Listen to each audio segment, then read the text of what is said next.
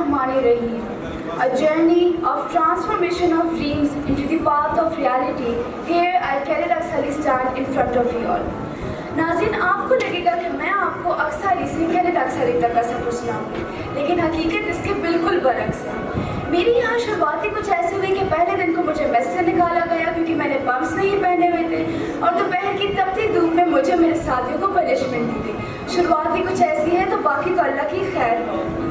कुछ ही दिनों के बाद ये अनाउंसमेंट हुई कि सब कैडेट्स जो घर से खाने का सामान लाए हैं वो एससी के पास जमा कराओगे। ये सुनकर तो मेरे पैरों तले ज़मीन निकल गई, और उस वक्त यही सोचा कि जल्दी से सारी चीज़ें कैडेट्स में तकसीम करके ख़त्म कराई जाए। चीज़ें ख़त्म होने में दिल को अजीब सा सुकून और इत्मीनान मिला कि मैम के हाथों से बच गई, लेकिन सुकून की मुस्कान अभी गई ही नहीं थी कि कुछ दिनों के बाद ये अनाउंसमेंट हुई कि एससी के पास जिसका खाने का सामान है वो आके ले जाए। ये सुन के ऐसे लगा जैसे आसमान सर पे टूट गया।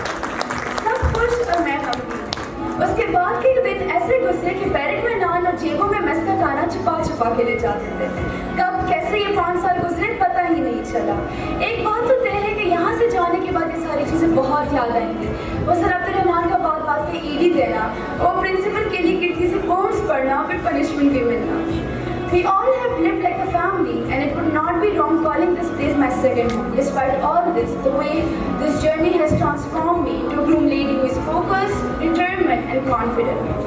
I thank Allah Almighty and our beloved principal who never let the spark inside me die. I thank my mama for believing in me, and my father who was a great supporter. I'm certain he's seeing me and smiling at his Burfi, who is now a responsible leader. Thank you.